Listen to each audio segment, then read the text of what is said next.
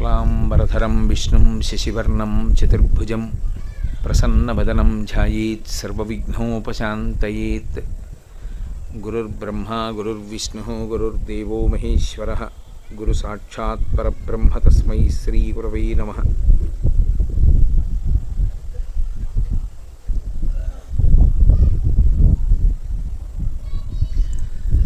వ్యాసాయ విష్ణురూపాయ వ్యాసరూపాయ విష్ణవే నమో వై బ్రహ్మనిధయే వాసిష్ఠాయ నమో నమః. కూజంతం రామ రామీతి మధురం మధురాక్షరం ఆరుహ్య కవితాశాఖాం వందే వాల్మీకికోకిలం. శ్రుతిస్మృతిపురాణానాం ఆలయం కరుణాలయం నమామి భగవత్పాదశంకరం లోకశంకరం. వాగర్ధావివ సంపృక్తౌ వాగర్ధప్రతిపత్తయే జగతః పితరౌ వందే పార్వతీ పరమేశ్వరౌ. సూక్తిం సమగ్రేతున స్వయమైవ లక్ష్మీః శ్రీరంగరాజమహిషీ మధురైః కటాక్షైః. వైదగ్ధ్యవర్ణగుణకుంభనగౌరవైర్యాం కండూలకర్ణకుహరాः కవయోధయంతి. హైమోర్ధ్వపుండ్రమజహన్మకుటం సునాసం మందస్మితం మకరకుండలచారుగండం బింబాధరం బహుళదీర్ఘకృపాకటాక్షం శ్రీవేంకటేశముఖమాత్మని సన్నిధత్తాం. విమలపటి కమలకుటి పుస్తకరుద్రాక్షశస్తహస్తపుటి కామాక్షి పక్ష్మలాక్షి కలిత విపంచి విభాసి వైరించి మనోజవం మరుతతుల్యవేగం జితేంద్రియం బుద్ధిమతాం వరిష్టం వాతాత్మజం వనరయూధముఖ్యం శ్రీరామదూతం శిరసా నమామి.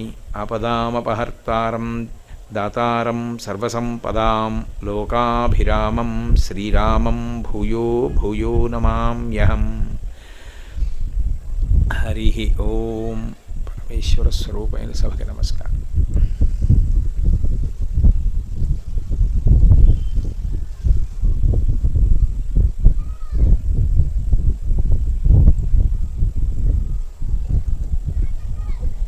ఈ నారదకుండ ప్రాశస్త్యం, ఈ ప్రాంత వైభవం, ఇక్కడికి వ్యాస మహర్షి రావడం, అలాగే అగస్త్య మహర్షి లోపాముద్రా సహితుడై ఇక్కడికి రావడం, అంతరిక్షంలో నిలబడి ఇక్కడి నుంచి ఈ తూర్పుగోదావరి జిల్లాలో ఉన్నటువంటి అనేక క్షేత్రాల గురించి వ్యాస భగవానుడు ఇక్కడే గాలిలో నిలబడి అగస్త్య మహర్షికి వర్ణించినటువంటి ఘట్టాన్ని నేను మీకు ఎన్నో మాటలు ఇదే వేదిక మించి మనవి చేసి ఉన్నాను.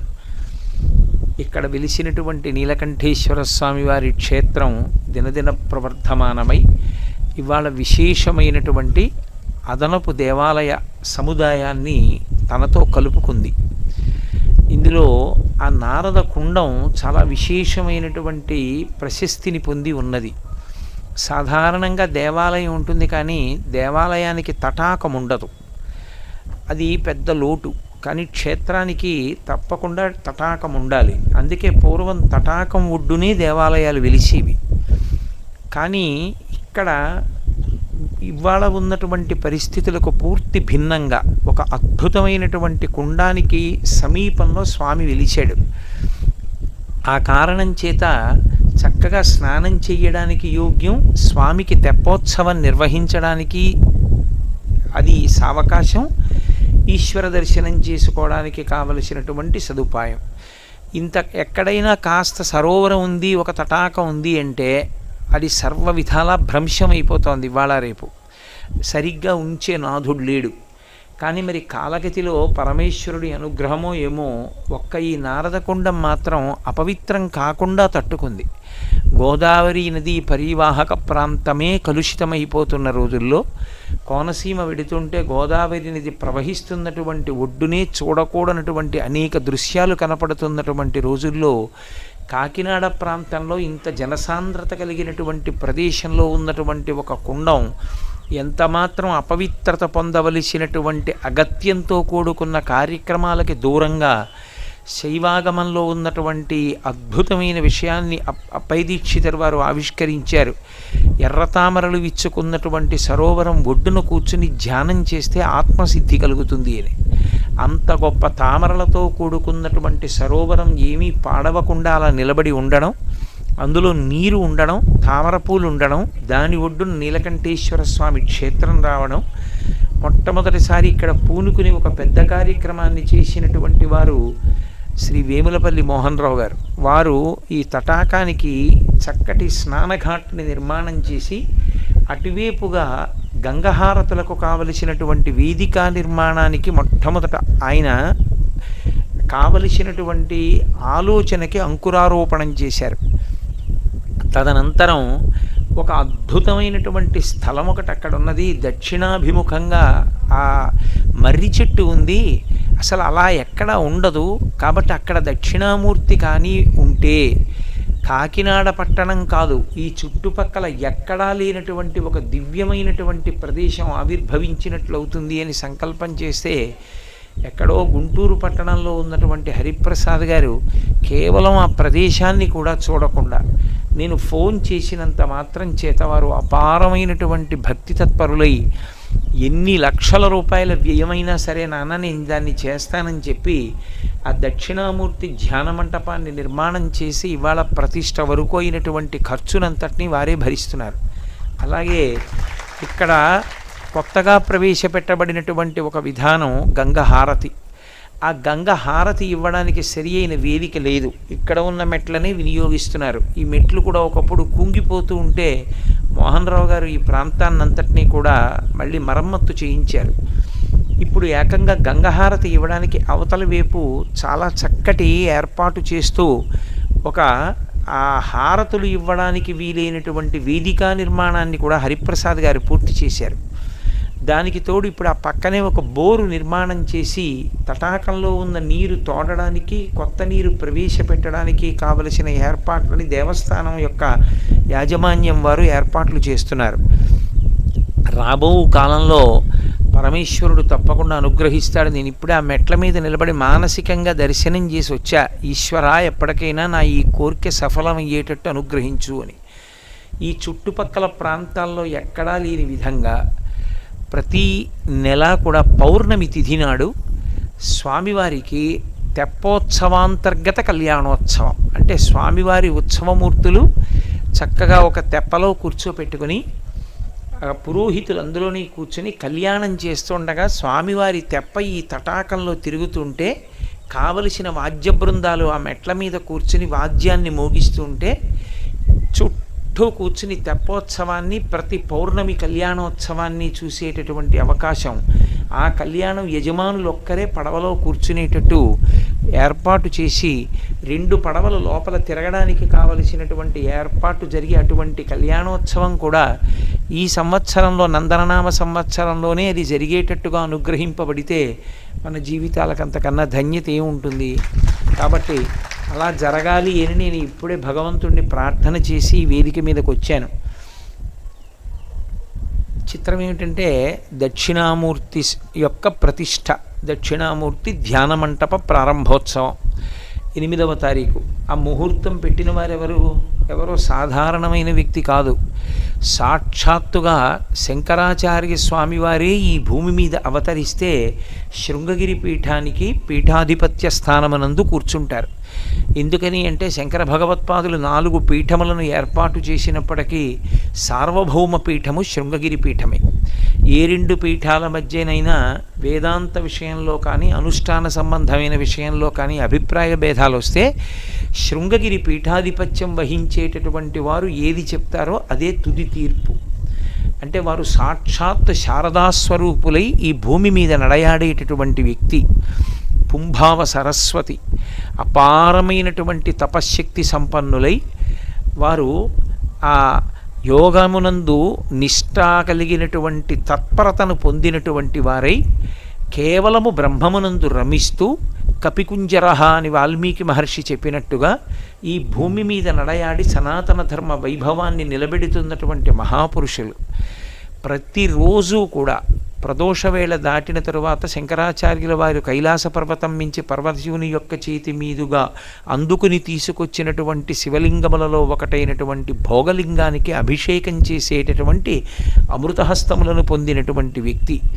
ఇప్పటికి ఎన్ని సంవత్సరాలుగా ఎన్ని అభిషేకాలు చేశారో అటువంటి లింగానికి వారు స్వయంగా పంచాంగం చూసి నిర్ణయం చేసినటువంటి ముహూర్తం ఈ నెల 8వ తారీఖు. నిజంగా కాకినాడ పట్టణం అపురూపంగా చేసుకోవలసినటువంటి ఉత్సవం ఈ ఉత్సవం. నాకు తెలిసి కాకినాడ పట్టణంలో ఒక ప్రతిష్టకి శృంగగిరి పీఠాధిపతులే ముహూర్త నిర్ణయం చేసినటువంటి ఏకైక ప్రతిష్టా కార్యక్రమం చరిత్రలో ఇదొక్కటే.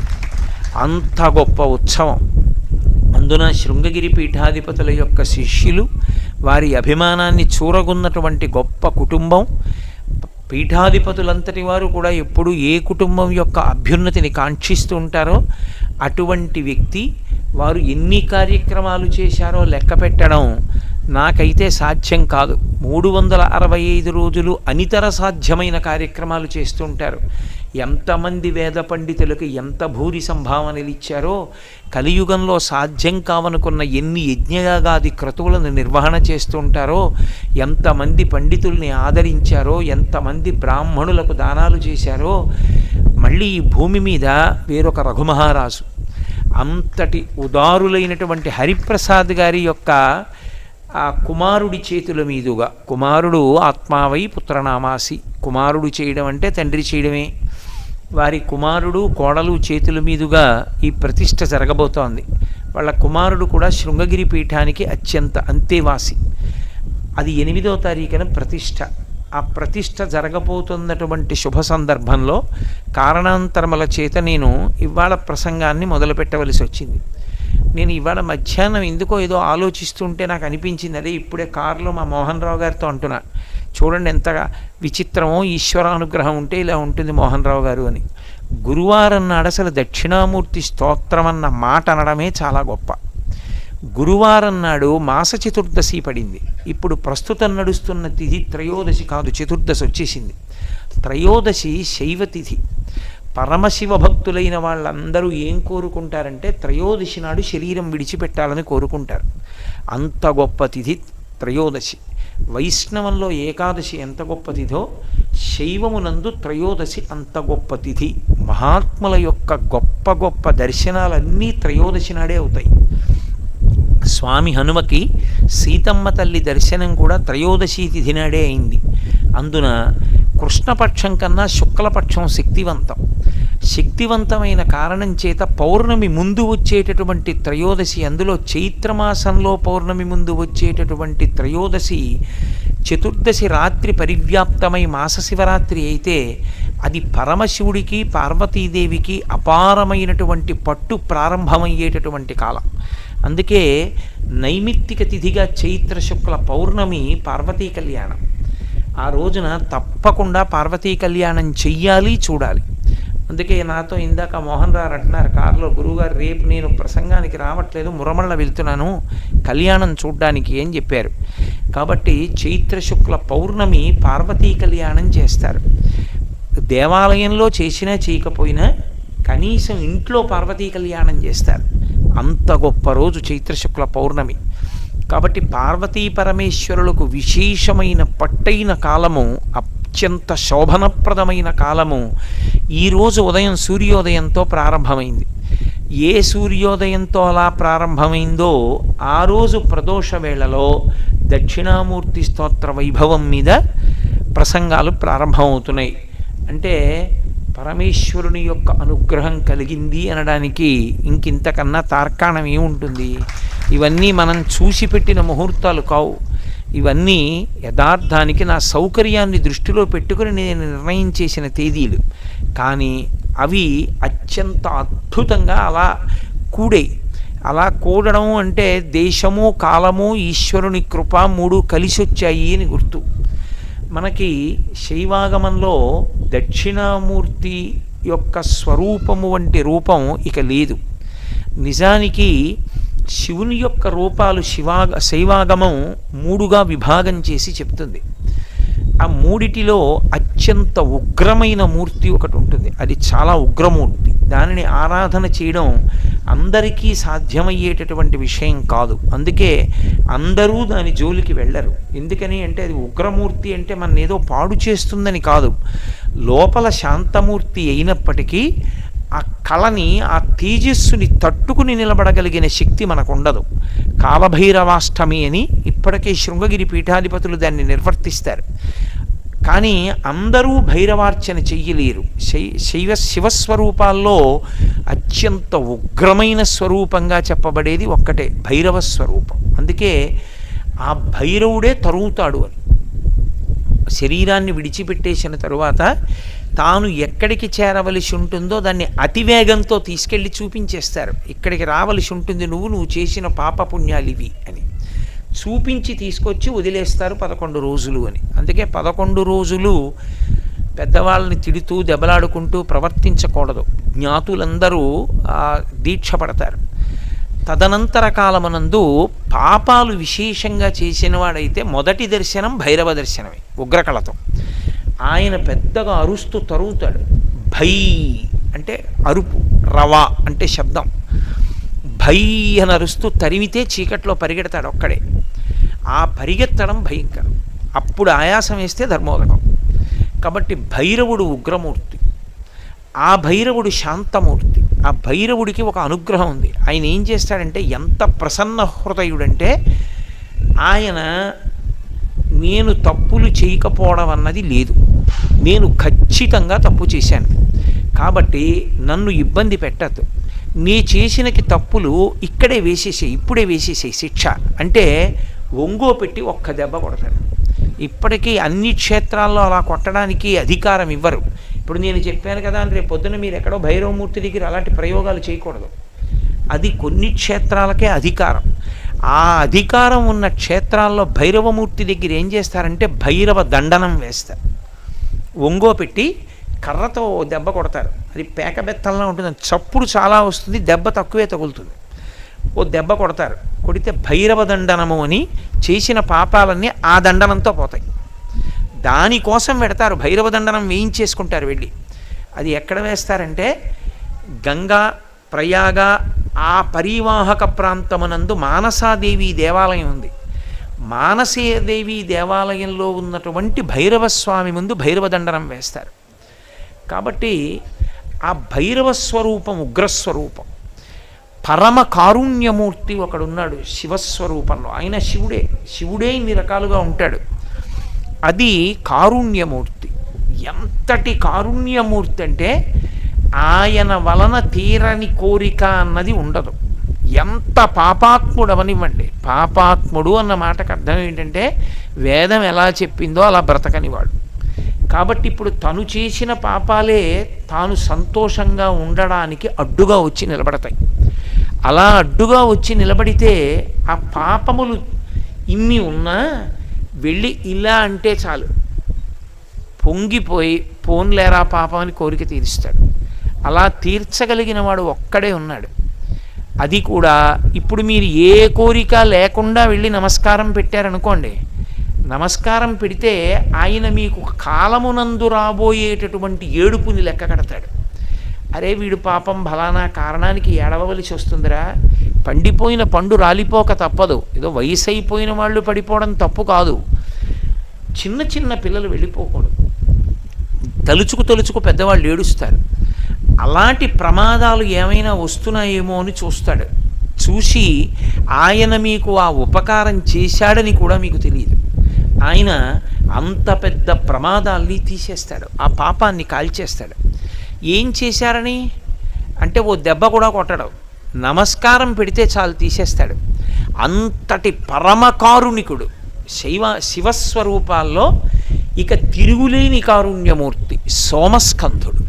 అందుకే మీరు దక్షిణ దేశం వెడితే ద్రవిడ దేశం వైపు సోమస్కంధమూర్తి యొక్క ఉత్సవమూర్తి లేకుండా అసలు శివాలయాన్ని నిర్వహణ చేయరు. సోమస్కంధుడిని ఉంచుతారు.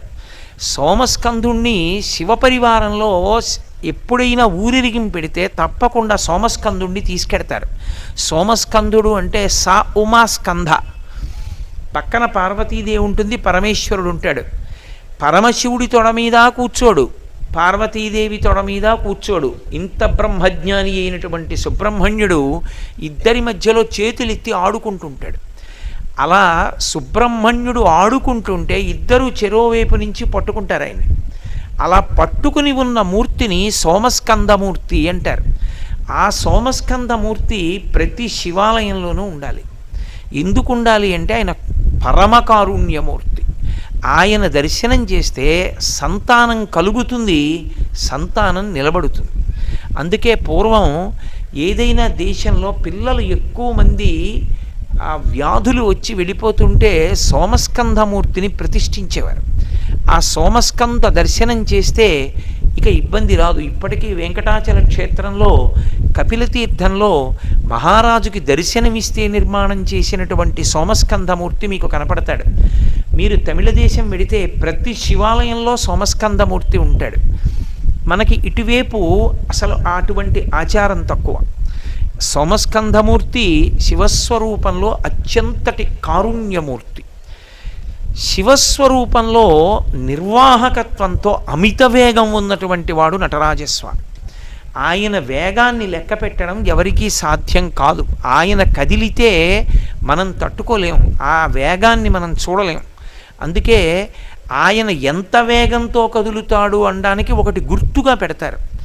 ఏమిటా గుర్తు అంటే జుత్తు రెండు వైపులా ఒకేలా ఎగురుతుంది, ఇలాగా ఇంత దూరం ఎగురుతుంది.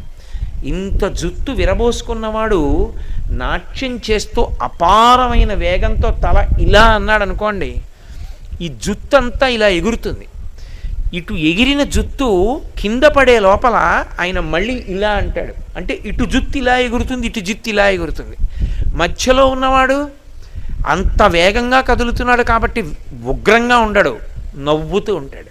జుత్తు ఇలా రెండు వైపులకి విచ్చుకుని ఉంటుంది కెరటాల్లా. అది అమిత వేగం, పరిపాలకుడు అని గుర్తు.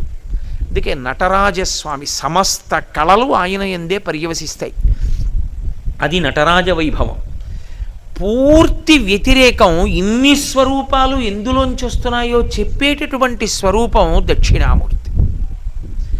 అసలు శివుడు భైరవమూర్తిగా, శివుడు మంగళప్రదుడైన కారుణ్యమూర్తి సోమస్కందుడుగా, ఆ శివుడు నటరాజుగా ఎందుకు ఉండగలుగుతున్నాడో చెప్పిన మూర్తి దక్షిణామూర్తి. అందుకే ఈ మూర్తులన్నీ ఏం చేస్తాయో దాని విరుద్ధమైనటువంటివన్నీ దక్షిణామూర్తిలో ఉంటాయి.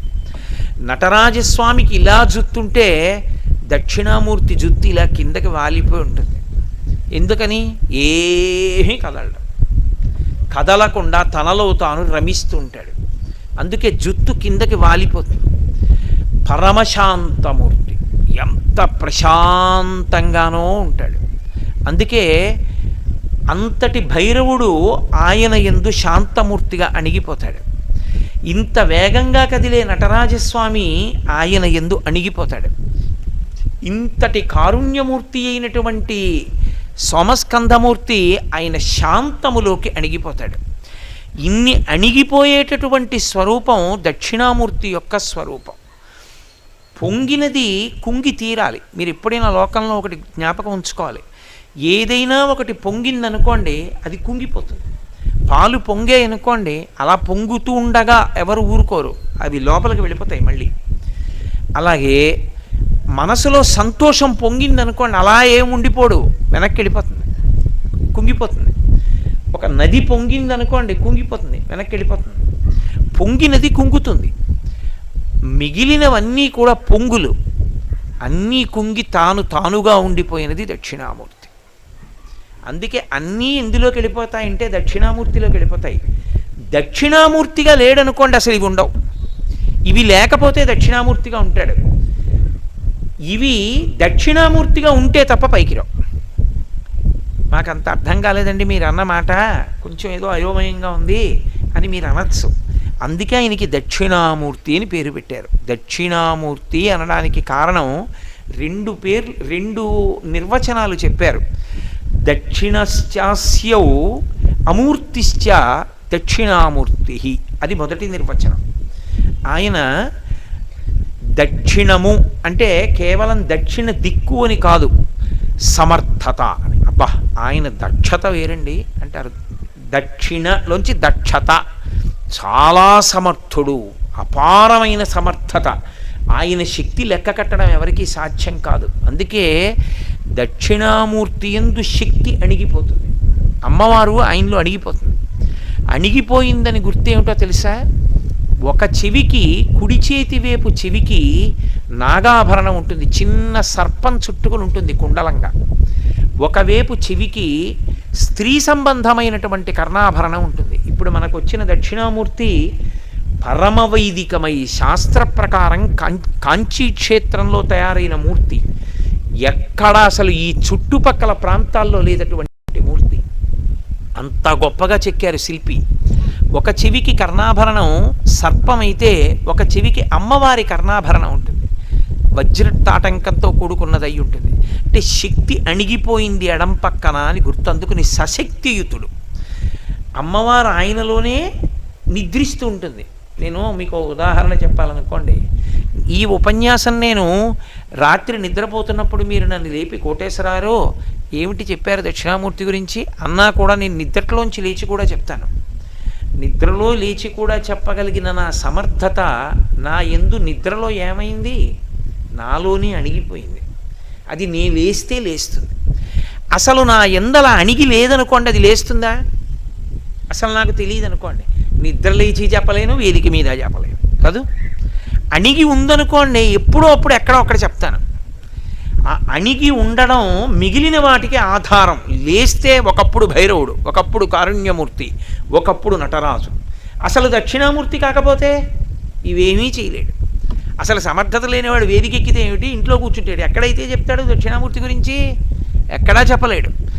అసలు లోపలుంటే నేను ఇక్కడే చెప్పాలని ఏం లేదు. నేను ఇంట్లో కూర్చుని మజ్జిగ తాగుతూ నాకు సంతోషం వేసింది అనుకోండి, మా ఆవిడికి చెప్తాను దక్షిణామూర్తి గురించి. లోపల అణిగి ఉంది కాబట్టి అది పైకి లేస్తుంది ఎప్పుడో అప్పుడు. అసలు లోపల లేకపోతే పైకి ఎలా ఉద్భుతం అవుతుంది? దక్షిణామూర్తి యందు శక్తి అణిగి ఉంటుంది. అందుకే పైకి లేస్తే ఉన్ముఖమైతే సృష్టి చేస్తాడు, స్థితి చేస్తాడు, లయం చేస్తాడు. మూడు చేసి పరబ్రహ్మ అవుతాడు. అందుకే ఇవన్నీ నేను చేస్తున్నానని గుర్తు ఎక్కడ దొరుకుతాడంటే దక్షిణామూర్తిగా దొరుకుతాడు. అందుకే దక్షిణామూర్తి సిద్ధాంతం అవగతం చేసుకోవడానికి కొంత సమర్థత అవసరం అవుతుంది. మీరు చూడండి, ఒకడున్నాడు అని గుర్తుపట్టడానికి మీకు కొన్ని విషయాలు కనపడతాయి. నేను మీతో ఒక ఉదాహరణ చెప్పాలి అంటే, నేను ఓ ఇంటికి వెళ్ళాను. ఆ ఇంట్లో రెండు ఉయ్యాలలు కనపడ్డాయి. రెండు ఉయ్యాలలోనూ ఇద్దరు పిల్లలు చక్కగా నిద్రపోతున్నారు. ఏమంటే ఈ పిల్లలు ఇలా నిద్రపోతున్నారే అని అడిగాను. ఆ ఇంట్లో ఆ పిల్లలిద్దరికీ కడుపు నిండా పాలు పట్టారండి. అందుకని వాళ్ళిద్దరూ చక్కగా పడుకొని నిద్రపోతున్నారు. ఓహో అలాగా. ఈ ఇంటి యజమానేడి? ఇంటి యజమాని నైవేద్యం పెట్టుకుంటున్నాడు, పూజ చేసుకున్నాడు ఇప్పుడే. అన్ని పదార్థాలు సిద్ధం చేశారు, చక్కగా వెళ్ళి పూజ చేసుకుని నైవేద్యం పెట్టుకుంటున్నాడు. పొద్దున్న ఏదో పాయసం ఉండి ఆయనకి పెట్టారు, అక్కడ నైవేద్యం చేస్తున్నాడు. ఆ ఇంట్లో పెద్దవాళ్ళు ఉన్నారు, అత్తమామలు. వీళ్ళిద్దరు ఇంత ప్రశాంతంగా హాయిగా కూర్చుని ఏదో రామనామం రాసుకుంటున్నారు. అవును, వాళ్ళు పెద్దవాళ్ళు కదూ. వాళ్ళిద్దరికీ పొద్దున్నే చెరుకో పాత్రతోటి పాలు ఇచ్చేశారు. కాసిన పాలు తాగి వాళ్ళు రామనామం రాసుకుంటున్నారు. అంటే ఆ ఇంట్లో ఊయలలో ఉన్న పిల్లలకి పాలిచ్చిన వాళ్ళు, ఆ ఇంట్లో తన భర్త పూజకి వెడితే పూజకి కావలసిన సంబారాలు పెట్టి నైవేద్యానికి సిద్ధం చేసిన వాళ్ళు, వయసు అయిపోయినటువంటి అత్తమామలకి పాలిచ్చి పలహారం ఆయన నైవేద్యం చేసి తెచ్చిన పదార్థం పెట్టే లోపల వాళ్ళ ప్రాణాలు నిలబడడానికి పాలిచ్చిన వాళ్ళు, ఆ ఇల్లు శుభ్రం చేసి ముగ్గులు పెట్టిన వాళ్ళు మీకు ఎదురుగుండా కనపడకపోయినా ఉన్నారా లేరా? వాళ్ళు ఉంటేనేనా ఇవన్నీ అయ్యాయి? దక్షిణామూర్తి అన్న మాటకు అర్థం అది. మీరు బయట చూస్తే లెక్క కనపడుతుంది, అది చేసినవాడు ఆయనలో కనపడతాడు. అది చూస్తే తప్ప ఇది చూడడంలో ఉత్సాహం ఉండదు దక్షిణామూర్తిలో. దక్షిణామూర్తిని చూసి పొంగిపోవడం ఎందుకు వస్తుందంటే బయట చూడడం రావాలి. బయట చూడడం అంటే నేను చెప్పే కదా, ఇంటి పరిస్థితి అంతా చూసి ఇలా తల తిప్పి చూశారు. కృష్ణ భగవానుడు ఉన్నాడు గూట్లో, ఆయనకు తులసిమాల వేసేసి ఉంది, చక్క ఇల్లంతా తుడిచేసి ఉంది, ఎక్కడి వస్తువులు అక్కడ పెట్టేసి ఉన్నాయి. ఇంటి కోడలేది? అసలు ఇవన్నీ చేసిన ఆవిడేది? ఆవిడ ఎక్కడో ఏదో బట్టలు మడతెట్టుకుంటుంది, ఆవిడ కనపడలేదు. కానీ ఆవిడ ఉందా లేదా ఇవన్నీ చేసిందంటే ఇంతమంది ప్రశాంతతకి కారణం ఆవిడే, మహాతల్లి. అందుకని ఇంటిని చూసి ఇల్లాలని చూడండి అంటారు. ఏదండి ఆ మహాతల్లి ఒక్కసారి ఆవిడికి దండం పెట్టుకోవాలంటే అప్పుడు వస్తుంది. ఆవిడ అప్పుడు కనపడితే ఈవిడ రా తెల్లవారేటప్పటికి ఇల్లంతా ఇలా నిర్వహించిందని పొంగిపోతామా? పొంగిపోమా? అలా మీరు బయటికి వెళ్ళి చూడండి. నేను బరువెత్తమంటే దీన్ని ఎత్తమన్నారనుకోండి, ఏదో కష్టం మీద మొత్తానికి ఎత్తుతాను రెండు చేతులతోటి. మీరు ఒక చీమను తీసుకొచ్చి ఎత్తమన్నారనుకోండి, ఎత్తుతుందా? ఎత్తలేదు. ఓ ఏనుగుని తీసుకొచ్చి దీన్ని ఎత్తమన్నారనుకోండి, ఎత్తి 3 సందుల అవతలకి విసిరేస్తుంది. ఏనుక్కి పెట్టిన శక్తి నాకు పెట్టలేదు, నాకు పెట్టిన శక్తి చీమకి పెట్టలేదు. ఒక పురుగు ఉందనుకోండి, అప్పటికప్పుడు ఆకలిస్తే అప్పుడు తింటుంది, దాని బుర్ర అంతే. ఓ బొద్దింక ఉందనుకోండి, ఎంత ఉంటుంది. ఆ బొద్దింక అప్పుడు ఆకలిస్తే అప్పుడు వెతుక్కుని ఏదో ఎక్కడో అక్కడ ఏదో ఒకటి తింటుంది. దానికన్నా 1,000,000 రెట్లు చిన్నది చీమ, ఇంత ఉంటుంది. అది వర్షాకాలం వస్తుందని పంచదార రేణువులు జాగ్రత్తగా గోడ పక్క నుంచి తీసుకెళ్ళి కన్నంలో దాచుకుంటుంది. చీమకున్న తెలివి బొద్దింకకి లేదు. చీమకి లేని తెలివి బొద్దింకకి లేని తెలివి చీమకి పెట్టినవాడు, నాకు లేని బలాన్ని ఏనుక్కి పెట్టినవాడు, సృష్టిలో ఏ ప్రాణికి లేనంత బుద్ధి వైభవం మనిషికి పెట్టినవాడు ఒకడు ఉండకపోతే ఇవన్నీ ఇలా ఎలా ఉన్నాయి? ఓ ఇంట్లోకి వెళ్ళినప్పుడు అన్నీ అలా ఉన్నాయంటే ఆ ఇంటి కోడలు ఉంది, ఆ ఇంటి కోడలు చేసిందనేనా గుర్తు?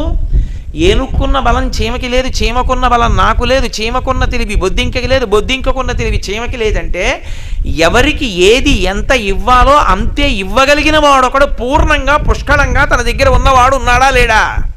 ఉన్నాడు. వాడు దక్షిణామూర్తి. వాడు అమూర్తిశ్చ దక్షిణశ్చాసౌ అమూర్తిశ్చ. వాడికి మూర్తి లేదు ఆ పనులు చేసినప్పుడు. యథార్థంగా మీరు ఊహ చేస్తే మీరు ఒక పని చేసినప్పుడల్లా కనపడుతుంది ఒక వ్యక్తి. ఇవాళ మీరు ఆ ఇంట్లో జరిగిన పనులు చూశారు, ఆవిడ ఏడప్పటికి ఇన్ని పనులు ఎలా చేస్తుందండి చూద్దాం అనుకుని వెళ్ళి వాళ్ళ ఇంట్లో తెల్లవారుజామున 4ంటికి కూర్చున్నారు, మీకు కనపడుతుంది. ఆవిడ 4 అయ్యేటప్పటికి తెల్లవారుజామున నిద్ర లేవడం, పిల్లలకి పాలు ఇచ్చేయడం, పిల్లల్ని పడుకోబెట్టేయడం, భర్తకి స్నానం చేసేసి సంధ్యావందనానికి పూజకి పెట్టేయడం, నైవేద్యానికి పెట్టేయడం, అత్తమామలకు పాలు ఇచ్చేయడం, ఇల్లు తుడి చేసుకోవడం, పూజా మందిరం సిద్ధం చేసి అన్నీ కనపడతాయి. కాబట్టి మూర్తిశ్చ మనిషి కనపడుతుంది, అమూర్తిశ్చ ఇక్కడ మనిషి కనపడ్డం చేసేస్తాడు తప్ప కనపడ్డం. ఎంత చేసేస్తాడంటే దక్షిణామూర్తి ఎక్కడ కనపడతాడని అడిగారు. అమూర్తిగా దక్షిణామూర్తి ఎక్కడ కనపడతాడో తెలుసా? ప్రతి వాళ్ళల్లో కనపడతాడు. మీకు నేను ఒక ఉదాహరణ చెప్పాలంటే, ఒక్క ఆత్మ చైతన్యము లోపల ఉంది కాబట్టి జ్ఞానేంద్రియాలన్నీ పనిచేస్తున్నాయి. కన్ను చూస్తోంది, ముక్కు వాసన చెప్తోంది, నాలుక రుచి చెప్తోంది, చెవి శబ్దం చెప్తోంది, చర్మం స్పర్శ చెప్తోంది. చెవికి కంటికి ఉన్న దూరం, కంటికి ముక్కుకి ఉన్న దూరం కన్నా ముక్కుకి నోటికి ఉన్న దూరం చాలా చాలా తక్కువ.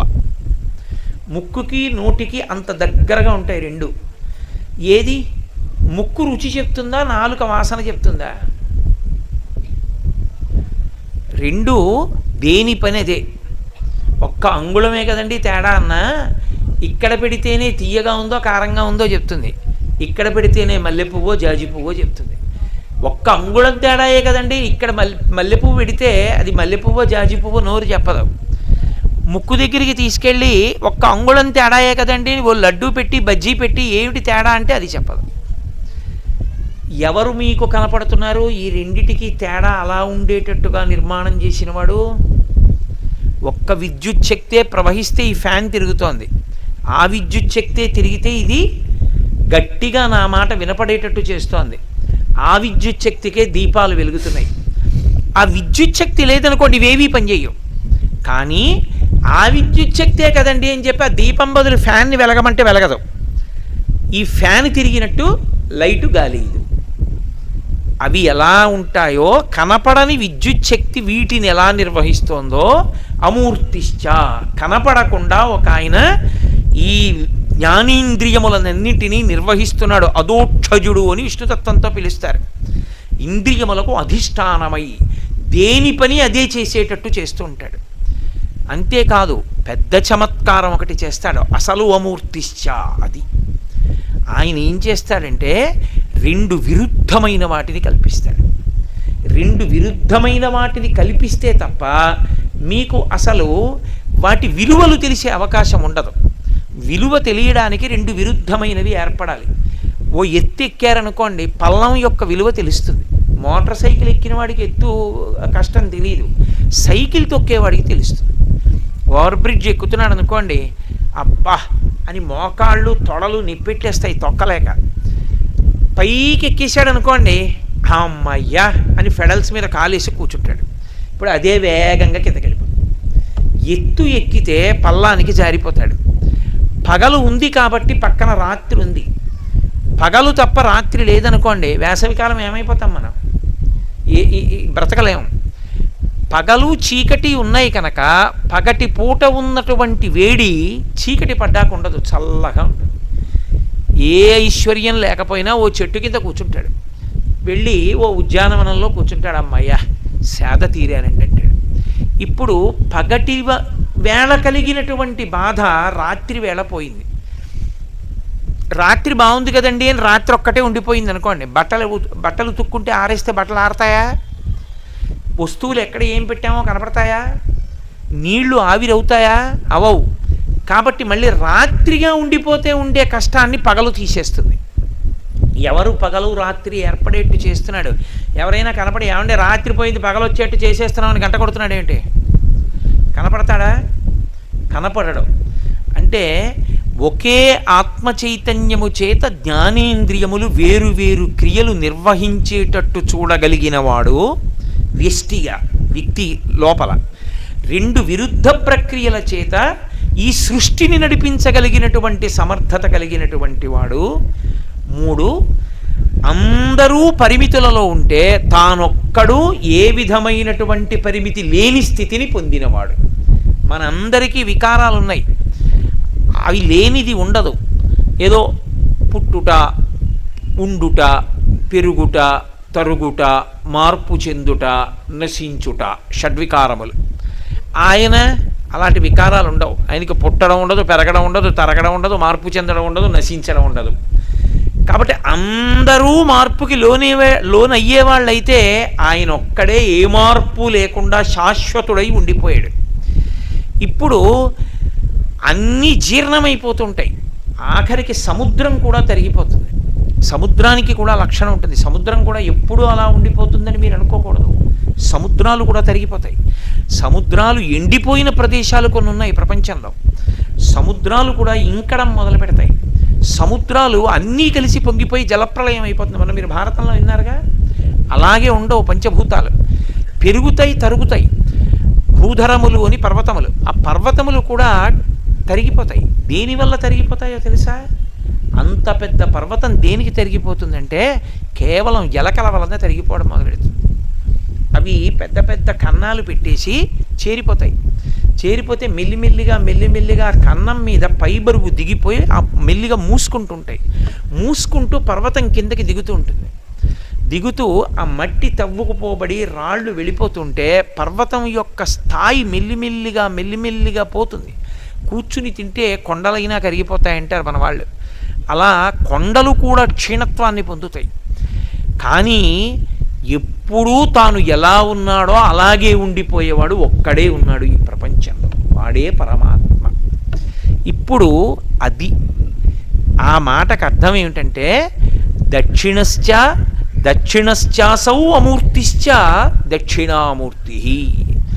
ఆయన ఇంతటి సమర్థత కలిగినవాడు, ఇన్ని చేస్తున్నవాడు, ఇన్ని చేస్తూ తాను కనపడడు. ఏదో ఒక ఇంట్లో కోడలు కనపడ్డట్టు, ఏమండి ముక్కుకి వాసన చెప్పేట్టిచ్చినవాడు, నాలుగుకి రుచి చెప్పేట్టిచ్చినవాడు, నాలుక వాసన చెప్పకుండా చేసినవాడు, ముక్కు రుచి చెప్పకుండా చేసినవాడు ఎవరో నేను చూస్తానండి అంటే కనపడ్డాడు. ఆయనని చూడాలని మీరు అనుకుంటే ఎవరిని చూడాలని అడిగారు? దక్షిణామూర్తిని చూడాలి. ఎందుకో తెలుసా?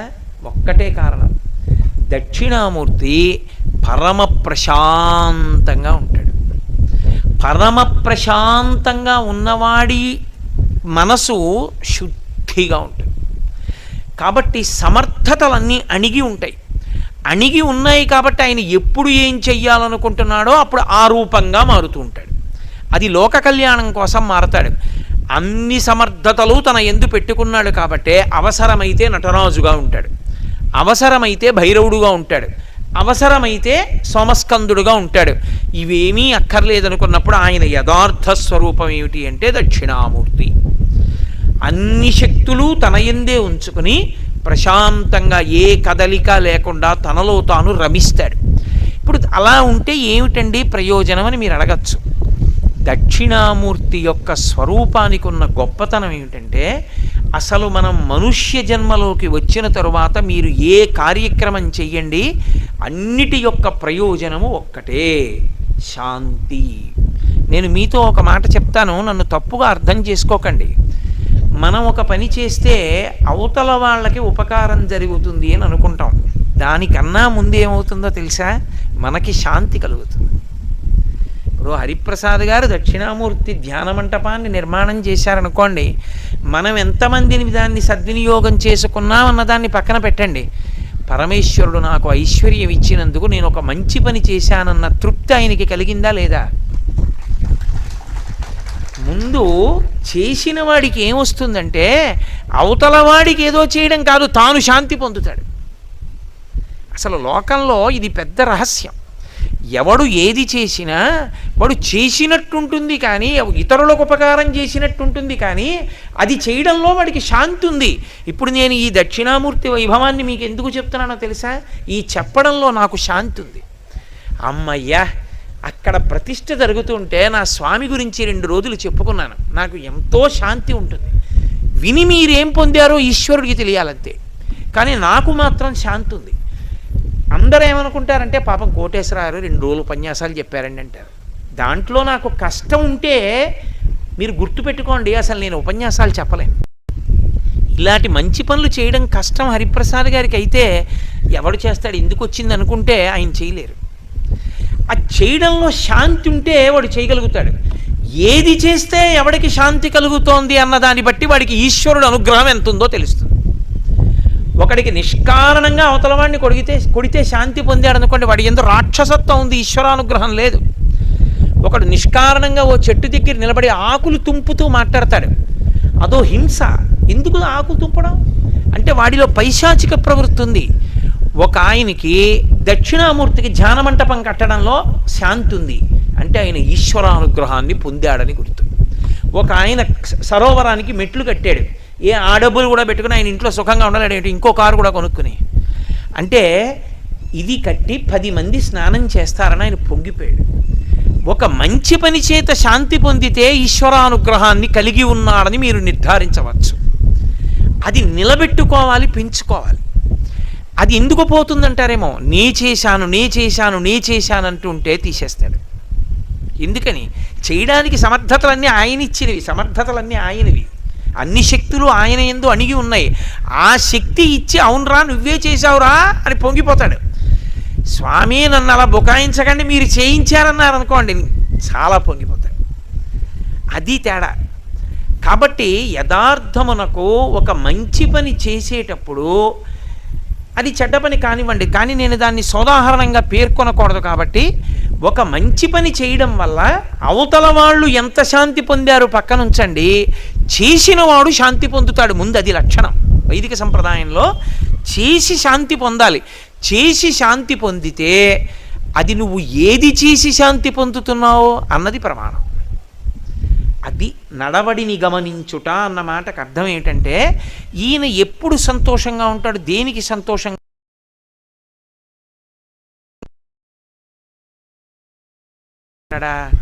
ఓ గుళ్ళోకి వెడితే సంతోషిస్తాడా, ఇంట్లో ఏసీ వేసి పడుకుంటే సంతోషిస్తాడా? తనకున్న దాంట్లో ఇతరులకి ఏదైనా మంచి పని చేద్దామని తాపత్రకు సంతోషిస్తాడా? అది చారిత్రమేవ వ్యాఖ్యాతి అంటాడు రామచంద్రమూర్తి రామాయణంలో. ఒక వ్యక్తి నడవడిని గమనించు, దేని చేత శాంతి పొందుతున్నాడో చూడు, దానిని బట్టి ఈశ్వరానుగ్రహం ఉన్నదా, పైశాచిక ప్రవృత్తి ఉన్నదా లెక్క పెట్టుకో. గురువేం చెయ్యాలి? మంచి పనుల చేత శాంతి పొందుతున్నవాడైతే అహంకారం పొందకుండా ఇంకా మంచి పనులు చేసేట్టు చెయ్యాలి. అది గురువు యొక్క కర్తవ్యం. ఎందుకని? శిష్యుడు అక్కడ పాడవకుండా చూస్తుండాలి గురువుగారు. ఇప్పుడు దక్షిణామూర్తి స్వరూపంలో ఏముంది? శాంతం ఒక్కటే ఉంది. ఎందుకని? అన్నీ అణిగిపోయి ఆయన ఏమీ చేయడు, పరమ ప్రశాంతంగా ఉంటాడు. సమర్థత లేక కాదు, అన్ని సమర్థతలు ఉన్నాయి, కానీ ప్రశాంతంగా కూర్చున్నాడు. మీరు చూడండి, సాధారణంగా చాలా పెద్ద అధికారి ఆయనతో చాలా చాలా ముఖ్యమైన విషయం మాట్లాడాలనుకోండి, ఎలా ఉన్నారు లోపల అని అడుగుతారు. చాలా హడావిడిగా ఉన్నారండి. ఏం మీరు వచ్చారని చెప్పమంటారా, పిలుస్తారు, మీరంటే అభిమానమే అన్నారనుకోండి, వద్దులే తర్వాత వస్తాను అని అడిగితే, సార్ ఆదివారం నాడు మాత్రం సాయంకాలం పూట్ల ఎక్కడికి వెళ్ళరండి ఆయన, 6 నుంచి 7 విష్ణు సహస్రనామ స్తోత్రం చదువుకుని 7 నుంచి 8 ఎవరితో మాట్లాడరు, ఎవరో ఇదిగో మీలాంటి వాళ్ళు మరీ ముఖ్యమైన వాళ్ళు వస్తే పలకరిస్తారు, ప్రశాంతంగా కూర్చుంటారు అంటే. అయితే ఈ ఆదివారం 7:30కు వస్తాను ఒకసారి అంటాడు. ఎందుకని? పరమశాంతంగా ఉన్నవాడి దగ్గర ముందు మీకు శాంతి కలిగేలా, అది ఎప్పుడవుతుంది? అవతలవాడు శాంతంగా ఉంటే. ఇన్ని సమర్థతలు ఉన్నవాడు పరమశాంతంగా ఎప్పుడు ఉంటాడు? దక్షిణ అనుకున్నవాడైనా ఎక్కడికి వెళ్ళాలి? ఆయన దగ్గరికి వెళ్ళాలి. అంత వెళ్ళి కూర్చుని దక్షిణామూర్తికి ఇది చూడండి, దక్షిణామూర్తిని దేవాలయంగా నిర్మాణం చేయడం కన్నా దక్షిణామూర్తికి శైవాగమం ఏం చెప్పిందంటే దక్షిణం గోడలో పెట్టమని చెప్పింది. బయటకు కూడా పెట్టకుండా అది ధ్యాన మంటపం అయితేనే బయట పెడతారు మూర్తిని. శైవాగమంలో శివాలయంలో దక్షిణం గోడలో ఉండాలి ఆయన. దక్షిణం గోడలో ఉంటే ఏమవుతుంది? గోడ దగ్గరికి వెళ్ళినప్పుడు అభిముఖంగా కూర్చోవచ్చు, ప్రధానమూర్తి దగ్గర అభిముఖంగా కూర్చోకూడదు. ఇప్పుడు మీరు శివాలయంలోకి వెళ్ళారనుకోండి, ఇలా ఎదురుగుండా నిలబడి నమస్కారం చేయకూడదు, మీరు తట్టుకోలేరు ఆ తేజస్సు. మీరు ఆయన ఇలా ఉంటే ఇలా ఉండి నమస్కారం చెయ్యాలి, లేతే అటు తిరిగి ఇటుకి నమస్కారం చేయాలి, అంతేకాని ఇలా ఎదురుగుండా నమస్కారం చేయకూడదు. దక్షిణామూర్తి దక్షిణం గోడలో ఉన్నారనుకోండి, ఇప్పుడు ఆయన దక్షిణాన్ని చూస్తూ ఉంటారు, మీరు ఎదురుగుండా కూర్చోవచ్చు, గోడలో ఉన్నారు కాబట్టి. ప్రధానమూర్తి కాదుగా, కూర్చుని ఉత్తరాభిముఖంగా కూర్చోవచ్చు. కూర్చుంటే ఏమవుతుంది అని అడుగుతారేమో. మీరు దేని దగ్గర కూర్చున్నారో ఆ లక్షణం మీకు వస్తుంది. అది అందుకు దక్షిణామూర్తి స్వరూపం గొప్పది. విచిత్రం ఏమిటంటే శివాలయానికి ప్రదక్షిణం చేసేటప్పుడు దక్షిణామూర్తి దగ్గర నిలబడి ప్రదక్షిణం చేసి వెళ్ళిపోకూడదు. అసలు వీడికి ప్రదక్షిణ విధానం తెలుసని గుర్తు ఏమిటంటే దక్షిణం దగ్గరికి వెడితే కూర్చోవాలి 5 నిమిషాలు. ఆదరాబాదరాగా శివాలయంలోకి వెళ్ళక నువ్వేం పొందుతావు అంటారు. దక్షిణం గోడ దగ్గరికి వెడితే కూర్చుంటారు. ఎందుకు కూర్చుంటారంటే ఎదురుగుండా దక్షిణామూర్తి ఉంటారు. ఇప్పుడు మీరు ఒకటి ఆలోచించండి, నేను సంధ్యావందనం చేసుకుందామని వెళ్తున్నానండి, ఏదో నా అదృష్టమో దురదృష్టమో 2వ అంతస్తులో ఉన్నాను, గ్రిల్లోంచి అన్నీ కనపడుతుంటాయి, ఎవరో వ్యక్తి హా హా అంటున్నాడు, ఏమిట్రా అని ఇలా చూశాను, పందుల్ని తరుగుతున్నాడు. ఎందుకు పందుల్ని తరుగుతున్నాడని చూసే లోపల పరిగెడుతున్న పందుకి ఉచ్చు వేసి పట్టుకుని అది అరుస్తుంటే మూతి కడుతున్నాడు. ఇప్పుడు నా మనసు ఏమవుతుంది? కదిలిపోయిందా? అబ్బా ఎంత బాధపడిందిరా అది అని నేను వెళ్ళి గాయత్రి చేద్దామని గాయత్రి చేస్తున్నాను అనుకోండి, నాకు గాయత్రి పాదాలు కనపడతాయా, మూతి కట్టేస్తున్న పంది కనపడుతుందా? నాకు చెప్పండి, ఏది కనపడుతుంది? నేను ఎటువంటి సన్నివేశం ముందు కూర్చున్నానో దానికి అనుగుణంగా కాలమునందు నియతి మనసు యొక్క ఆర్ద్రతని బట్టి ఉంటుంది. ఆ మనసు చాలా మెత్తని మనసు అనుకోండి, దాని ప్రభావం కొన్ని రోజులు ఉండొచ్చు, చెప్పలేం. అది కొంచెం గట్టి మనసు అనుకోండి, ఓ 10 నిమిషాలకు మర్చిపోవచ్చు. ఇప్పుడు పోయిందా ఆ రోజు సంధ్యావందనంలో, ఆ రోజు గాయత్రి పోయిందా లేదా? నీకు ఎదురుగుండా నీ ధ్యాన శ్లోకంలో ధ్యానస్వరూపం కనపడిందా? కనపడదు. ఎందుకని? మనసు ఒక్కసారి ఉవ్వెత్తున పైకి ఎగిరిపోయింది. భూమి లోపల ఏదో పెద్ద విస్ఫోటనం సంభవిస్తే గులకరాళ్ళు కూడా పైకి లేచి తగిలితే ఎముకలు విరిగిపోయినట్టు అంత శక్తి ఎక్కడిది గులకరాయికి? భూమి లోపల విస్ఫోటనం అలా పైకి లేచింది. అలా విస్ఫోటనం సంభవిస్తుంది మనసు, అది అలా పైకి లేస్తుంది. లేస్తే అది మళ్ళీ వెనక్కి అణగాలి, అణిగితే తప్ప నువ్వు అడిగిన దాన్నది చూపించదు, అదే చూపిస్తుంటుంది. దేన్ని వలన ఉద్వేగాన్ని పొందావో అది చూపిస్తుంది. మిగిలిన రూపాలన్నిటికీ ఉన్న పరిమితి ఏమిటో తెలుసా? అవన్నీ భావోద్వేగంతో వచ్చాయి. ఒక రాక్షస సంహారం చెయ్యాలని వచ్చిందనుకోండి ఒక అవతారం, రాక్షస సంహారం చెయ్యాలి కాబట్టి ఓ ధనస్సు పెట్టుకుంటుంది, ఓ బాణం పట్టుకుంటుంది, అది యుద్ధాలు చేస్తుంది, నెత్తురు కార్చేట్టు చేస్తుంది, ధర్మ సంరక్షణ పక్కన పెట్టండి, అది యుద్ధం చేస్తుంది. కాబట్టి ఆ అవతార చరిత్ర యందు కొంత రక్తసిక్తమైనటువంటి విషయాలు ఉంటాయి. అవి మీ మనసుని కదుపుతాయి. కొంత ఆర్ద్రతో శోకమో దయో కారుణ్యమో బాధో ఏదో ఒకటి కదులుతుంది. సీతారాముల కథే విన్నారనుకోండి, ఒక్కొక్కసారి ఏడుపు వస్తుంది. ఆ ఏడుపు మంచి ఏడుపు అయినా ఏడుపు వచ్చిందా లేదా, కదిలిందా లేదా మనసు. అవతారముల యందు భావోద్వేగత ఉంటుంది కాబట్టి కదులుతాయి.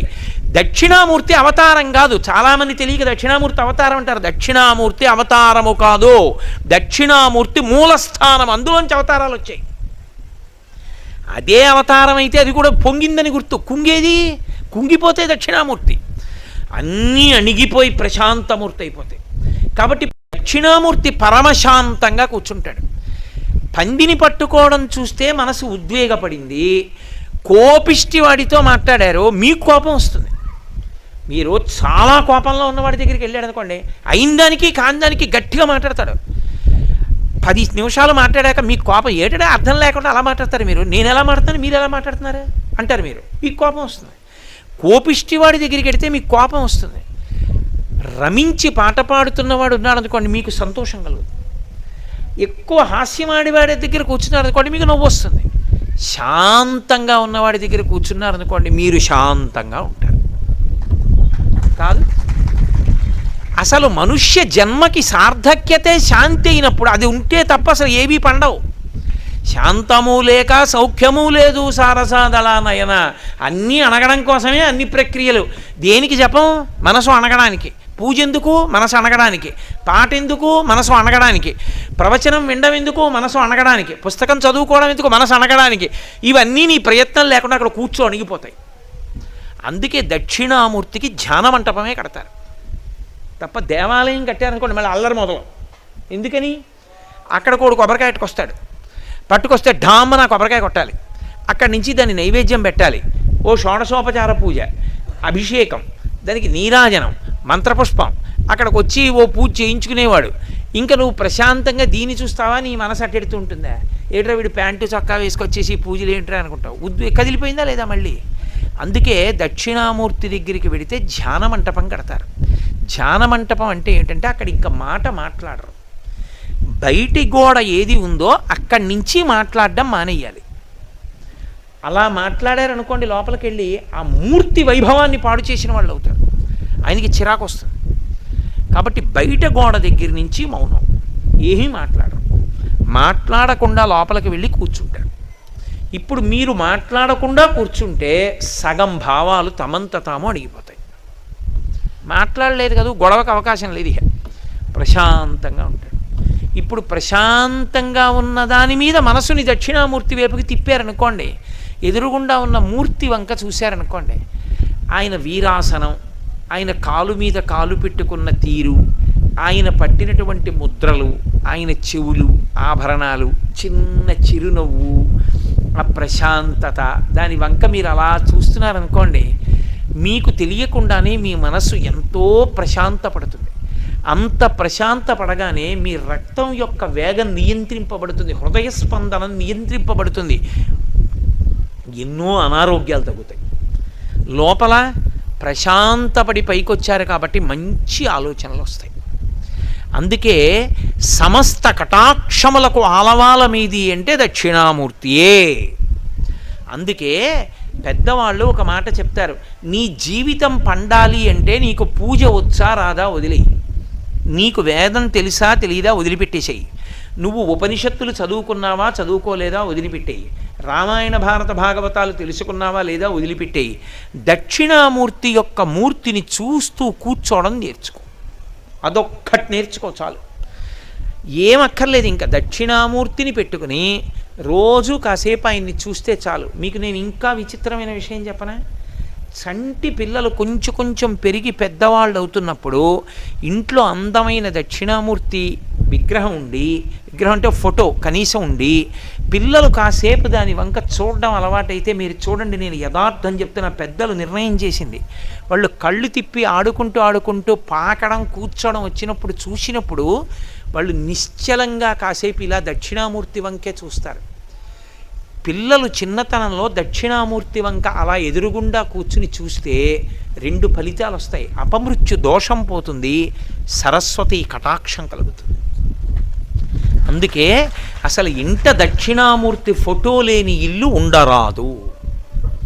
అంత మంగళప్రదమూర్తి ఎవరు అంటే దక్షిణామూర్తియే.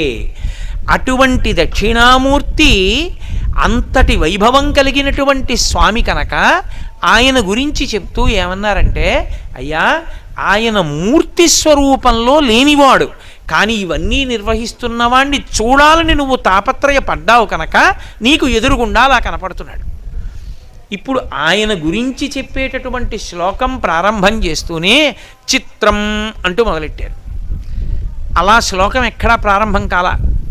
ఈశ్వరుడి స్తోత్రం, ఈశ్వరుడికి సంబంధించిన ధ్యాన శ్లోకం, అలా మొదలైన శ్లోకం ఒక్క దక్షిణామూర్తికే ఉంది. చిత్రం అని మొదలెట్టారు. చిత్రం అంటే అబ్బా చాలా ఆశ్చర్యం అని. ఏమిటి ఆశ్చర్యం? ఏమిటి ఆశ్చర్యమో నువ్వు ఆ శ్లోకం అర్థమైతే నీకు తెలుస్తుంది. అప్పుడు నీకు దాన్ని చూడాలని కుతూహలం పుడుతుంది. లోకంలో ఆశ్చర్యం అన్నాను అనుకోండి, నేను మీకు చూడాలనిపిస్తుంది. మీకు తెలుసా, నేను మీకు ఒక విషయం చెప్తాను, మీరు తెల్లబోతారు. నేను ఒక సరోవరం చూశాను. ఆ సరోవరంలో నీళ్లలోంచి ఎప్పుడు అగ్నిజ్వాలలు పైకొస్తూ ఉంటాయి. ఎంత విచిత్రం అంటే, మనం ఒకవేళ ఆ సరోవరంలో స్నానం చేస్తూ అగ్నిజ్వాలల్లోంచి అలా బయటికి వచ్చినా ఒళ్ళు కాలదు. ఎంత ఆశ్చర్యం అని నేను అన్నాను అనుకోండి. నేను వేదిక దిగిపోయాక మీరు ఏమంటారు? ఏమంటే అది ఎక్కడుందండి అని అడుగుతారా అడగరా? ఆశ్చర్యం అని అనగానే చూడాలని కుతూహలం కాదు. అలా ఎందుకు మొదలెట్టారు శ్లోకాన్నంటే, అది ఏమిటో తెలుసుకోవాలని కుతూహలం కలిగితే పనికి మాలిన కుతూహలాల వల్ల పాడైన వాడు ఈ కుతూహలం వల్ల బాగుపడతాడని. ఎందుకంటే లోకంలో అన్నీ చెడ్డవే కావు, కొన్ని మంచి ఉంటాయి. ఆయన ఎప్పుడూ దేవుడి గురించి ఏడుస్తుంటాడన్నాను అనుకోండి, మంచి ఏడుపది కాదు. ఎప్పుడూ దేవుడి గురించి ఏడుస్తున్నాడంటే మంచిదే. ఎప్పుడూ పెళ్ళం గురించి ఏడుస్తుంటాడని నన్ను అనుకోండి, వాడి కర్మ అంటాడు కాదు. దేని గురించి ఏడుస్తున్నాడో ప్రధానం, ఏడవడం ప్రధానం కాదు. దేని గురించి ఏడుస్తున్నాడో అది గొప్పది. ఎప్పుడు ఏ మంచి పని చేద్దామా అని ఏడుస్తుంటాడండి ఆయన అన్నారు అనుకోండి, మహానుభావుడండి అని దండం పెడతారు. ఎప్పుడు ఎవరిది ఏమి తూపోదామా అని ఏడుస్తుంటాడండి అన్నారు అనుకోండి, చీ దుర్మార్గుడు వాడు, ఎప్పుడు ఏ సమయంలో బయట కనపడతాడో చెప్పండి అట్టు వెళ్ళనంటారు. అవునా కదా? ఏడవడం కాదు, దేని కొరకు ఏడుస్తున్నాడు గొప్ప. కామం ఉండడం తప్పు కాదు, దేని మీద కామం ఉంది ప్రధానం. కేవలం లౌకిక విషయముల మీద కామం అనుకోండి, ఆయన పూజనీయుడు కాడు. భగవత్కామం అనుకోండి, భగవంతుని యందు కోరికున్నవాడు అనుకోండి, పూజనీయుడు కాదు. కామం తప్పనకూడదు. ఏ కామం అని అడగాలి, అప్పుడు తప్పో ఒప్పో చెప్పాలి. అంతేగాని ఆయనకి విశేషమైన కామం అండి అన్నాను అనుకోండి, చీ దుర్మార్గుడు అనేకూడదు. ఆయనది భగవత్కామం అయితే నువ్వు లెంపలేసుకోవాలి. మళ్ళీ ఎందుకు వచ్చింది? ఏ కామం అని అడగాలి. కాబట్టి కోరిక ఉండడం తప్పు కాదు, ఏడవడం తప్పు కాదు. దేని మీద కోరిక, దేని మీద ఏడుపు, అది తెలుసుకుని చెప్పాలి. చిత్రం కుతూహలం. చిత్రం అనగానే ఆశ్చర్యం. అబ్బా ఎంత ఆశ్చర్యం అండి అని మొదలైంది శ్లోకం. అనగానే మీరు ఇప్పుడు ఏమనాలి? అదొకటే నేను చెప్పా శ్లోకం వదిలేశాను అనుకోండి. ఏమన్నా బాబు ఆ శ్లోకం చెప్పండి, అది ఏమిటో, అది ఏమిటి చిత్రం, ఏమిటి ఆశ్చర్యం అంటే, మనకి లోకంలో పాడవడానికి కారణం ఏమిటంటే ఆశ్చర్యం అన్న మాటే పాడు చేసేయడానికి కారణం. మీరు బాగా గమనించాలి సుమా, నేను వేదాంత సంబంధమైన విషయాన్ని చాలా తేలిక భాషలోకి తర్జుమా చేసి మాట్లాడుతున్నాను. మీరు ఎప్పుడైనా చూడండి, ఇది నీకు అనవసరం అన్నారనుకోండి, అదే తెలుసుకునే ప్రయత్నం చేస్తాడు. లోకంలో పాడైపోవడానికి కారణం అక్కడే ఉంటుంది. ఈ వయసులో నీకు ఇది అనవసరం అని మీరు అన్నారనుకోండి, వాడు అదే తెలుసుకోవాలని చూస్తాడు. ఒరే నీకు ఎప్పుడు ఏది అవసరమో నాకు తెలుసు, అప్పుడు నేను నీకు సమకూరుస్తానన్న తండ్రి మాట విని కుతూహలాన్ని చంపేసుకున్నాడు అనుకోండి. మా నాన్నగారు ఏది చూడమన్నారో, ఏది వినమన్నారో, ఏది చదవమన్నారో, ఏది చెయ్యమన్నారో అదే చేస్తానన్నాడు అనుకోండి, బాగుపడిపోయాడా లేదా? అక్కర్లేని వాటి మీద కుతూహలమే కదా మనిషిని పాడి చేసేది. ఇప్పుడు ఆ కుతూహలాన్ని తిప్పాలి, ఇంకొక వైపుకి తిప్పాలి. దేని వైపుకి తిప్పితే బాగుపడతాడో అటు వైపుకి తిప్పాలి. వీడికి ఎలాగో అలవాటు ఉంది, ఏదైనా ఆశ్చర్యం అంటే ఏమిటండి అది అంటుంటాడు. అందుకని అలా మొదలెట్టారు. ఏమిటండి అది అంటాడేమో, అన్న తర్వాత తెలుసుకుంటాడేమో, తెలుసుకుని చూడ్డానికి ఎడతాడేమో, విడితే బాగుపడతాడు. కాబట్టి చిత్రం ఏమిటి? వటతరోర్మూలే వృద్ధా శిష్యా గురుర్యువా గురోస్తు మౌనం వ్యాఖ్యానం శిష్యాస్తు చిన్న సంశయా. దక్షిణామూర్తి అన్నమాట వాడలేదు, వాడకుండా చెప్తున్నారు శ్లోకం. చిత్రం ఆశ్చర్యం. ఏమిటి ఆశ్చర్యం? వటతరోర్మూలే, ఇది ఆశ్చర్యం. వటతరువు అంటే, వట అన్న మాటకు అర్థం ఏంటంటే మర్రి చెట్టు, మర్రి అని. తరువు అంటే చెట్టు, మూలే అంటే దాని మొదట్లో, మర్రి చెట్టు మొదట్లో కూర్చున్నాడు. మర్రి చెట్టు మొదట్లో కూర్చుంటే అంత ఆశ్చర్యం ఏంటి? మర్రి చెట్టు మొదట్లో కూర్చోరా? మర్రి చెట్టు ఉంటుందా? లేకపోతే దానికి అంత గొప్పగా మాట్లాడడం ఎందుకు? ఋషి మాట్లాడాడు అంటే ఏదో అర్థం ఉంది అని గుర్తు, లేకుండా మాట్లాడడం. ఇన్ని చెట్లుంటే దక్షిణామూర్తి అన్నీ వదిలేసి అశ్వత్థ వృక్షం ఉందిగా, రావి చెట్టు కింద కూర్చోవడం మానేసి మర్రి చెట్టు కింద ఎందుకు కూర్చున్నాడు? దాన్ని జాగ్రత్తగా తెలుసుకోవాలి. వట అన్న మాటకి సంస్కృతంలో అర్థం ఏమిటంటే వటవృక్షము అన్నదానికి ఒక లక్షణం ఉంటుంది. ప్రపంచంలో అన్ని జీవులు కూడా చేతితో నోటితో నీళ్లు తాగుతాయి. చేతులున్నవన్నీ చేతితో పట్టుకు తాగుతాయి, ప్రధానంగా నోటితో తాగుతాయి. కాళ్ళ ద్వారా నీళ్లు తాగేవి ఏవి ఉండవు. కాళ్ళతో నీళ్లు తాగుతుందండి, దాహం వేస్తే నీళ్లలో కాళ్ళెట్టి పీల్చుకునేవి ఉండవు. కింద నుంచి పైకి లాగవు, పైనుంచి కిందకు వదులుతాయి నీటిని. ఒక్క చెట్లు మాత్రం కింద నుంచి పైకి లాగుతాయి, పాదాల్లోంచి నీటిని తలకెక్కించుకుంటాయి. వేళ్లల్లోంచి పైకి కదా ఎక్కుతాయి. అసలు చెట్టే విచిత్రం. సృష్టిలో చెట్టు చాలా విచిత్రం. ఎందుకో తెలుసా? అది పాదాలతో నీళ్లు లాగుతుంది. పాదాలతో నీళ్లు లాగడం ఒక ఎత్తు అయితే ఎక్కడానికి ఉపయోగపడుతుంది. ఎత్తు ఎక్కడానికి ఉపయోగపడేది ఏదంటే లోకంలో తనంత తాను ఏర్పడింది చెట్టు ఒకటే. మీకు ఎప్పుడైనా దూరంగా ఉన్న చూడాలంటే సాధనము తనంత తానేదో తెలుసా? చెట్టే.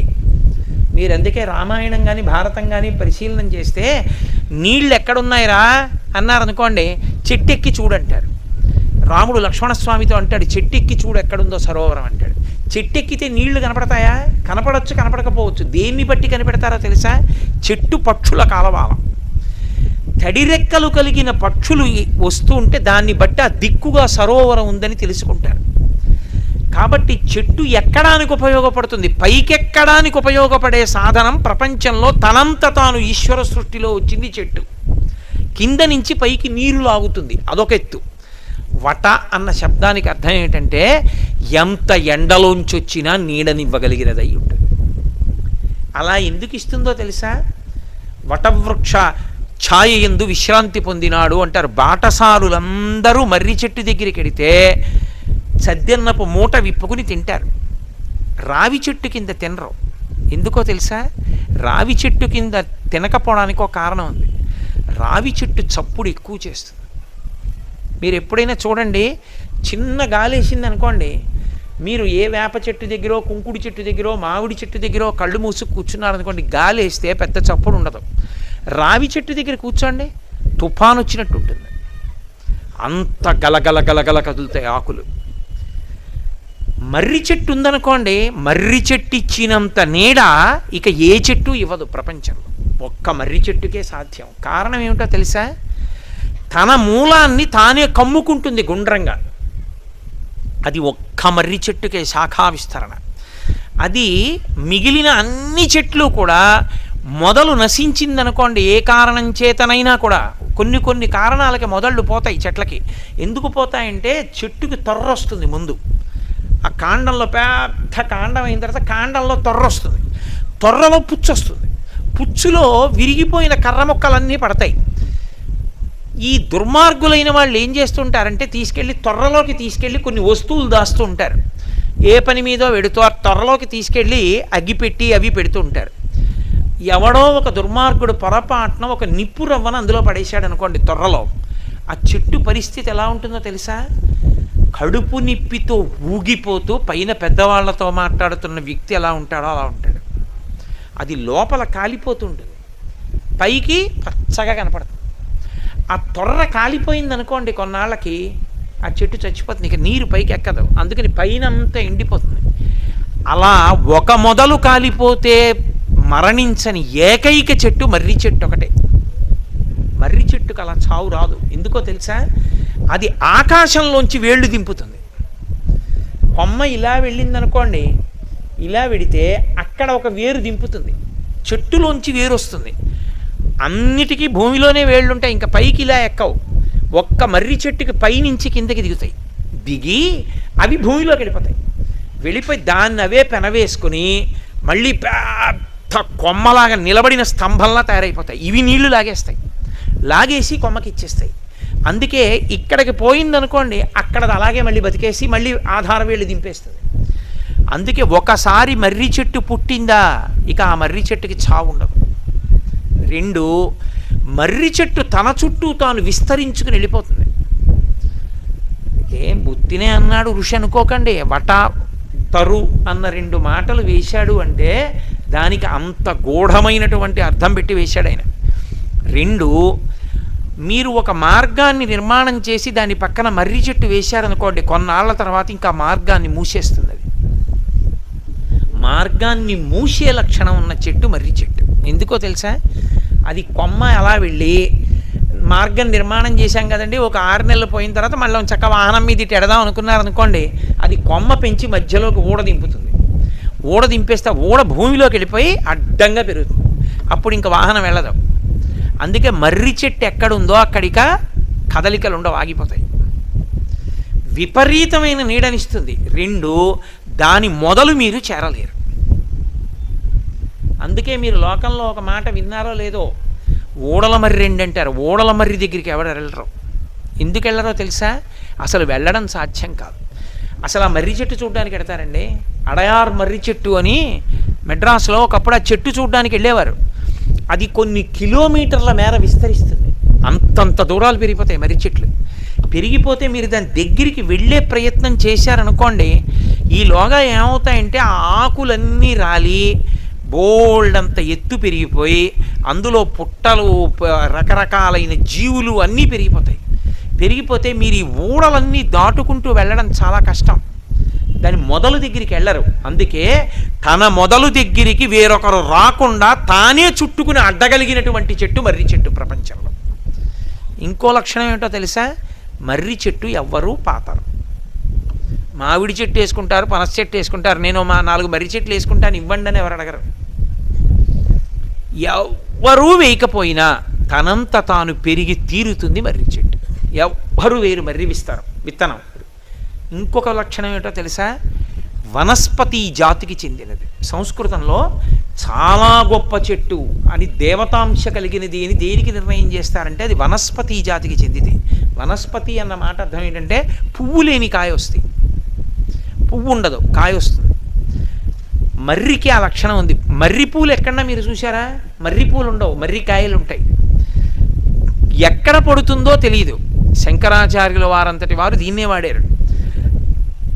చిన్న కాయలో ఉన్న చిన్న గింజ పడి అంత పెద్ద చెట్టు అన్ని ఆధార ఊళ్లతో నిర్మించుకుని పైకి లేచిపోతుంది, పెద్దదైపోతుంది. ఎవరు వేయకుండా తనంత తానే పెరుగుతుంది. అది ఒకసారి పెరిగితే దానికి చావు లేదు. ఒక తొర్ర పోయినా, ఒక మొదలు పోయినా వేరొక ఊడ దానికి మొదలు, అది అలా ఉంటుంది.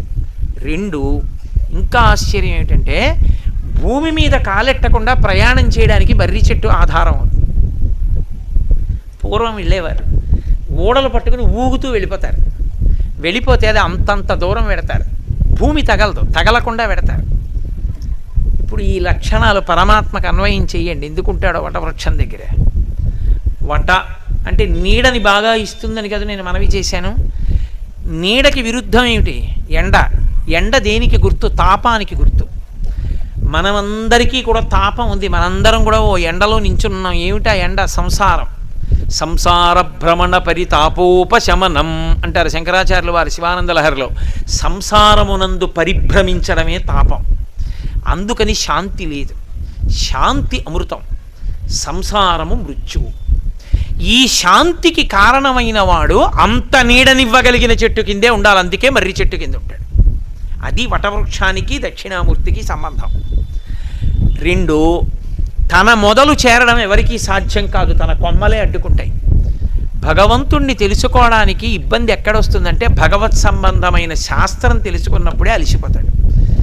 అమ్మో, ఈ ఉపనిషత్తులు ఏమిటి, వేదం ఏమిటి, స్వరూపం ఏమిటి, లక్షణం ఏమిటి, అపరోక్షానుభూతి ఏమిటి, పరోక్షానుభూతి ఏమిటి, ఇవన్నీ ఎప్పటికి తెలుస్తాయి, ఎప్పుడు అనుష్ఠానం చేస్తాం, ఎప్పుడు తెలుసుకుంటామని బడలిపోయా అబ్బా అనిపిస్తుంది. పరమేశ్వరుణ్ణి చేరడానికి పరమేశ్వరుడికి సంబంధించిన శాస్త్రాలే బడలిపోయేటట్టు చేసినట్టు మర్రి చెట్టు మొదలు చేరడానికి మర్రి ఊడలే అడ్డొస్తాయి. దారులు మూస్తుంది మర్రి చెట్టు.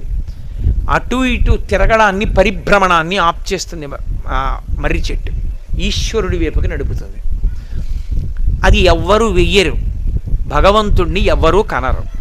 ఆయన స్వయంభూ. మర్రి చెట్టు స్వయంభూ. జీవము ఆయన యందు శాశ్వతము. అందుకే మీకు సృష్టి మొత్తం మీద ఎక్కడా లేదు. మీరు కావాలంటే బోటనీ చదువుకున్న వాళ్ళని ఎవరినన్నా అడగండి, జీవశాస్త్రం చదివిన వాళ్ళని చెప్తారు. అత్యంత నునుపైన ఆకు ప్రపంచంలో ఏదో తెలుసా? ఒక్క మర్రాకి. మర్రాకంత నునుపుగా ఏదీ ఉండదు. మీరు ఎంత మృదువైన ఆకవనివ్వండి, ఎండిపోతే గుచ్చుకుంటుంది. మీరు ఎందుకు తోరణం కట్టండి, బాగా ఎండిపోయిన తర్వాత మామిడాకు ఇలా వెడుతుంటే ఇక్కడ గుచ్చుకుంది అనుకోండి, ఏదో చిన్న సూది పెట్టి గుచ్చినట్టు ఉంటుంది. ఎండిపోతే గుచ్చుకుంటాయి. ఎండిపోయిన మర్రాకుని పట్టుకుని మీరు ఇలా అని చూడండి, ఎంత నున్నగా ఉంటుందో. ఇంకా విచిత్రం చెప్పనా? ఎండిపోయిన మర్రాకు తీసుకుని నీళ్లు చల్లండి, కాసేపటికి ఆకుపచ్చగా అయిపోతుంది. జీవాన్ని అంత నిలబెట్టుకుంటుంది. పరమేశ్వరుణ్ణి మీరు ఎన్ని రకాలైనటువంటి వేద విరుద్ధమైన విశ్వాసములో ప్రచారం చేయనివ్వండి, సనాతన ధర్మము చేత ప్రతిపాదింపబడినటువంటి పరమాత్మ స్వరూపము ఎండినట్టు కనపడుతుందేమో కానీ శంకరుల వంటి మహాపురుషులు వచ్చి నీళ్లు చల్లితే చిగురిస్తుంది. దానికి మరణం లేదు. అది పరబ్రహ్మము. పరబ్రహ్మానికి మారు పేరు మర్రి చెట్టు. అందుకే వటవృక్షము యొక్క నీడన విశ్రాంతి పొందాడంటారు. పరమేశ్వరుని యొక్క పాదముల దగ్గర ఎవడైనా విశ్రాంతి పొందుతాడు. ఆ చెట్టు దగ్గరికి ఎడితే చాలు చల్లతనం. లోకంలో పరమేశ్వరుడికి పర్యాయపదం ఏది అంటే చెట్టు ఒక్కటే. ఎందుకో తెలుసా? రామాయణం అంతటి దాంట్లో లక్ష్మణస్వామి ఒక మాట చెప్తారు. నివాస వృక్ష సాధూనాం ఆపన్నానాం పరాగతి ఆర్తానాం సంశ్రయశ్చైవ యశశ్చైక భాజనం అంటారు. భయం నుంచి రక్షించేది చుట్టుపక్కల ఎవరూ లేనప్పుడు చెట్టు ఒక్కటే. ఎక్కడో పెద్ద పులి అరిచింది, ఎవరు లేరు పక్కన, చెట్టు ఎక్కేస్తాడు. అంతే, చెట్టు ఎక్కేస్తాడు, సుఖపడిపోతాడు. రెండు, ఏమీ దొరకలేదు, చెట్టుకు కాసిన కాయే ఆధారం, తింటాడు. ఎండ, చెట్టు మొదలే విశ్రాంతి, చల్లగా ఉంటుంది, పడుకుంటాడు. అసలు మర్రి చెట్టు చాలా విచిత్రం. ఎంత చల్లతనాన్ని ఇస్తుందో అంత రక్షణ కూడా ఇస్తుంది. దీని గురించి పెద్దలు ఒక మాట చెప్తుంటారు. వెనకటికి ఓ పెద్ద గణిత శాస్త్రవేత్త ఒక ఆయన అరణ్య మార్గంలో వెడుతున్నాడు. వెడుతూ ఓ మర్రి చెట్టు దగ్గరికి వెళ్ళాడు. చాలా చల్లతనం కాదు, కొమ్మలు ఇలా పెరుగుతాయి. పెరగడంలో పడుకున్నాడు. పడుకుని పైకి చూశాడు, ఇంత మర్రికాయ కనపడింది. ఇలా పక్కకి చూశాడు, గుమ్మడి పాదోడి కనపడింది.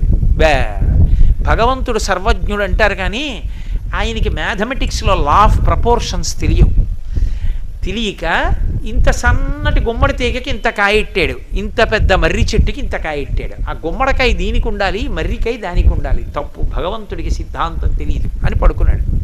కాసేపటికి ఓ మర్రికాయ నుదురు మీద పడింది. లేచన్నాడు, పరమేశ్వరుడికి సిద్ధాంతాలు తెలియడం కాదు, కారుణ్యమూర్తి.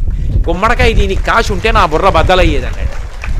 కాబట్టి మర్రి చెట్టు అంత పెద్దదైనా కాయ చిన్నది పెట్టాడు, ఎందుకంటే సేద తీరాలి జనం. చెట్టుకొక్కదానికే ఒక లక్షణం.